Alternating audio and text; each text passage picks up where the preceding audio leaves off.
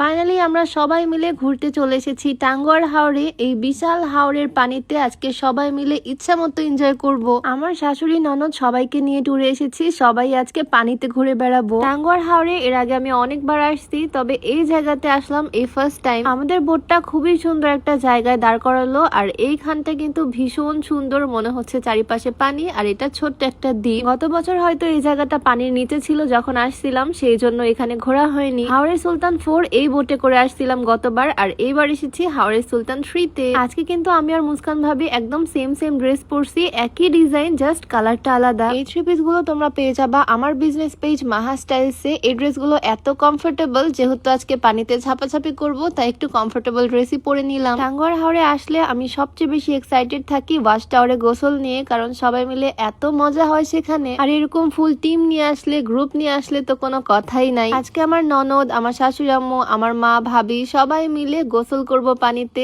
হাওরের পানিতে খুব মজা করব। আমিও সাঁতার জানি না, আমার ননদও সাঁতার জানে না, তাই ওকে ফার্স্টে লাইফ জ্যাকেট পরিয়ে দিলাম। এই যে আমাদের হাউস বোটটা, হাউস বোট রেখে ছোট্ট একটা ডিঙি নৌকা নিয়ে আমরা সবাই মিলে যাচ্ছি ওয়াচ টাওয়ারের দিকে। প্রতিবারই ওয়াচ টাওয়ারের খুব কাছে হাউস বোটটা ভিড়ানো হয়, তবে এইবার হাউস বোটটা আছে অনেকটাই দূরে, আর এখন এই ছোট্ট ডিঙি নৌকা নিয়ে আমরা যাচ্ছি ওয়াচ টাওয়ারের দিকে। ছোট্ট এই নৌকার মাথায় বসে হাওরের পানিতে পা ভিজাতে কি যে ভালো লাগতেছে। এই যে আমরা একদিকে মজা করতেছি আর একদিকে ছেলেরা। আমরা এবার 12 জন মিলে ঘুরতে এসেছি, বলতে পারো ফ্যামিলি ট্যুর। ওই যে দূরে দেখা যায় ওয়াচ টাওয়ার, ওই জায়গাতে আমরা যাব। এই জায়গাটা না একদম বিদেশের মতো মনে হয়, গাছগুলো অর্ধেক পানিতে ডুবে থাকে। এই গাছগুলোর জন্যই মেইনলি ওয়াচ টাওয়ারের এই জায়গাটা দেখতে এত বেশি সুন্দর লাগে। পানিতে ভাসমান দোকানও আছে এখানে, ছোট্ট ছোট্ট ডিঙি নৌকাতে করে চিপস, চকলেট, চা সবকিছু বিক্রি করে ঘুরে ঘুরে। তো ফাইনালি আমরা ওয়াচ টাওয়ারের খুব কাছাকাছি চলে আসলাম, আর এখানে পানিটাও অনেক কম। এই অল্প পানিতে আমি নামবো, কারণ গভীর পানিতে আমি নামতে ভয় পাই, আমি সাঁতার জানি না। প্রত্যেকবার ওয়াচ টাওয়ারের এইখানে আমরা আসি গোসল করতে, তবে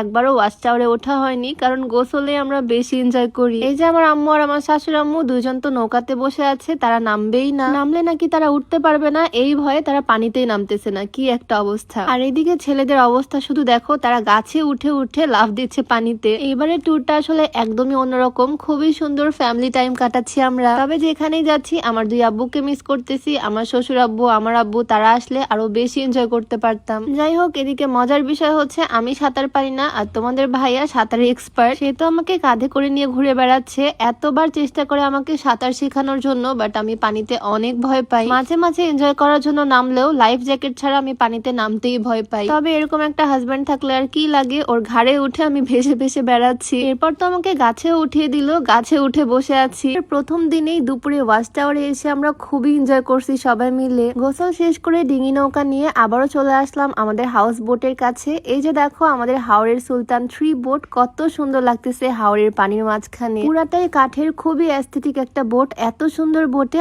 8টা সুন্দর সুন্দর রুম আছে। গোসল করা শেষ করে আমরা আবারও উঠে পড়তেছি বোটে। এখন এই বোট দিয়ে আমরা আরেকটা সুন্দর জায়গায় যাব ঘুরতে, সেই ভিডিও তোমাদের সাথে নেক্সটে শেয়ার করব। আজ এই পর্যন্তই, সবাইকে আল্লাহ হাফিজ, আসসালামু আলাইকুম।